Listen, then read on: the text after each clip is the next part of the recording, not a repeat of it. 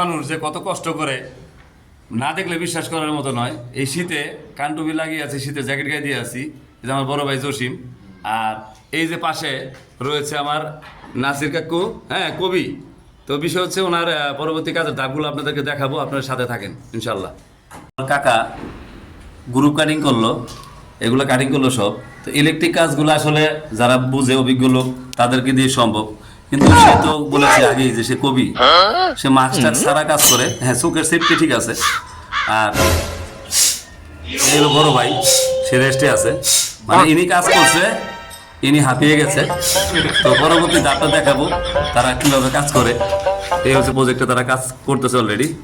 তো ইনশাল্লাহ দেখে সবাই কমেন্ট করবেন কেমন হয়েছে। ইলেকট্রিক কাজ করার সময় যদি বাড়িওয়ালা ড্রয়িংয়ে ভুল করে তাহলে এটা খেসারত ইলেকট্রিক মিস্ত্রির দিতে হয়। এর জন্য ছাদ কাটিং করে এই কাজগুলো করতে হয়। এটা ঠিক না।